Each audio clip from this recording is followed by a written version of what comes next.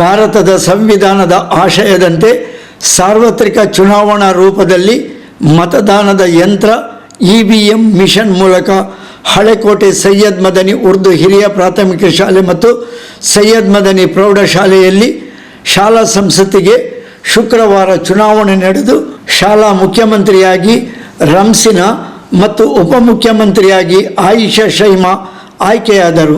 ವಿದ್ಯಾರ್ಥಿಗಳು ತಮ್ಮ ಆಧಾರ್ ಕಾರ್ಡ್ ಮತ್ತು ಶಾಲೆಯ ಗುರುತಿನ ಚೀಟಿನೊಂದಿಗೆ ಮತದಾನಕ್ಕೆ ಅರ್ಹತೆಯನ್ನು ಪಡೆದು ಅರ್ಹ ಅಭ್ಯರ್ಥಿಗಳನ್ನು ಆಯ್ಕೆ ಮಾಡಿದರು. ಈ ಸಂದರ್ಭದಲ್ಲಿ 8 ಮಂದಿ ಸ್ಪರ್ಧಾಳುಗಳು ಕಣದಲ್ಲಿದ್ದರು. ಚುನಾವಣೆಗೆ 2 ದಿವಸ ಮುಂಚಿತವಾಗಿಯೇ ವಿದ್ಯಾರ್ಥಿಗಳು ತಮ್ಮ ಆಯ್ಕೆಗೆ ಸಹಪಾಠಿಗಳೊಂದಿಗೆ ವಿನಂತಿ ಮಾಡಿಕೊಳ್ಳುತ್ತಿದ್ದರು.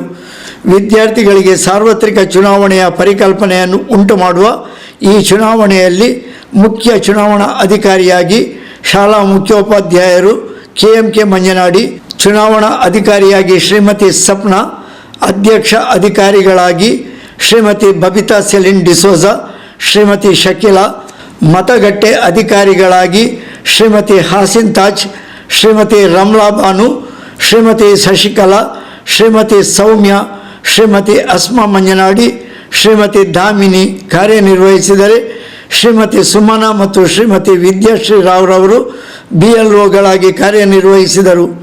ವಿದ್ಯಾರ್ಥಿಗಳು ಸಾರ್ವಜನಿಕರು ಚುನಾವಣೆಯಲ್ಲಿ ತಮ್ಮ ಹಿರಿಯರು ಮತ ಚಲಾಯಿಸುವ ರೀತಿಯಲ್ಲಿ ಹುಮ್ಮಸ್ಸನ್ನು ತೋರಿಸಿ ಸಂತೋಷಪಟ್ಟುಕೊಂಡರು ಎಂದು ಶಾಲಾ ಮುಖ್ಯೋಪಾಧ್ಯಾಯರಾದ KMK ಮಂಜನಾಡಿ ಅವರು ಮಾಧ್ಯಮಕ್ಕೆ ತಿಳಿಸಿದರು.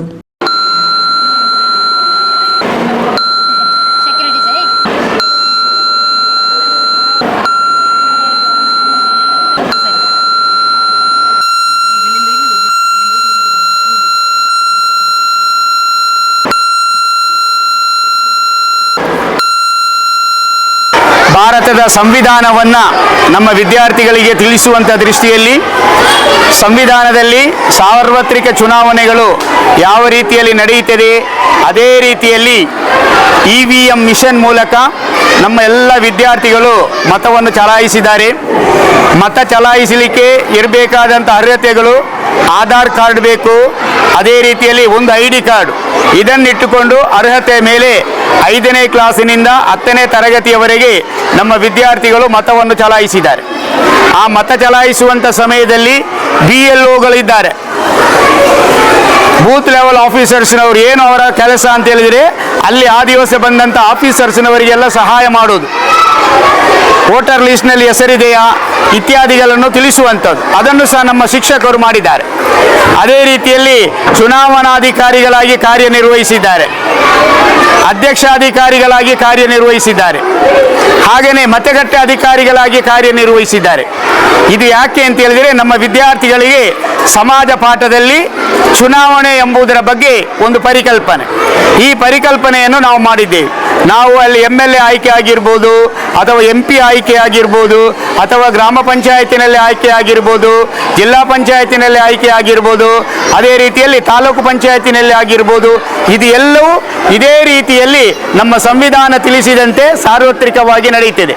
ಆ ನಿಟ್ಟಿನಲ್ಲಿ ನಾವು ಇವತ್ತು ಏನು ಮಾಡಿದ್ದೇವೆ ಅಂತ ಹೇಳಿದರೆ ಚುನಾವಣೆಯನ್ನು ಮಾಡಿದ್ದೇವೆ. ಅದರಲ್ಲಿ ನಮ್ಮ ಪ್ರಾಥಮಿಕ ವಿಭಾಗದಲ್ಲಿ ಆಯಿಷಾ ಶೈಮಲ್ ಅವಳು ಅತ್ಯಂತ ಅಧಿಕ ಮತವನ್ನು ಗಳಿಸಿ ಅವಳು ವಿಜೇತರಾಗಿದ್ದಾಳೆ.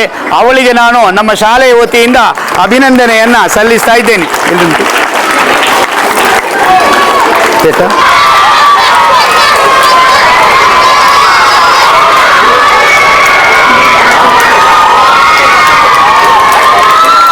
ಅದೇ ರೀತಿಯಲ್ಲಿ ಪ್ರೌಢಶಾಲಾ ವಿಭಾಗದಲ್ಲಿಯೂ ನಮ್ಮ ವಿದ್ಯಾರ್ಥಿಗಳು ವಿಜೇತರಾಗಿದ್ದಾರೆ.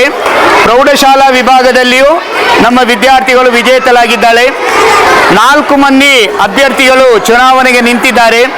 ಅದರಲ್ಲಿ ಅತ್ಯಧಿಕವಾದಂಥ ಮತವನ್ನು ಗಳಿಸಿ ನಮ್ಮ ವಿದ್ಯಾರ್ಥಿಗಳು ವಿಜೇತರಾಗಿದ್ದಾಳೆ.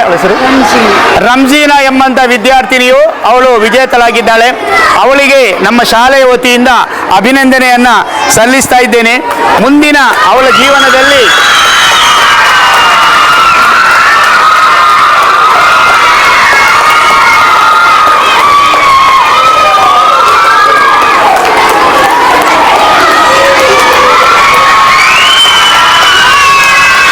ಮುಂದಿನ ಅವಳ ಜೀವನದಲ್ಲಿ ಸಾಮಾಜಿಕವಾಗಿ ಹಾಗೂ ರಾಜಕೀಯವಾಗಿ ಬಹಳಷ್ಟು ಅಭಿವೃದ್ಧಿಯನ್ನು ಪಡೆಯಲಿ ಅಂತೇಳಿ ಈ ಸಂದರ್ಭದಲ್ಲಿ ನಾನು ಹಾರೈಸ್ತೇನೆ.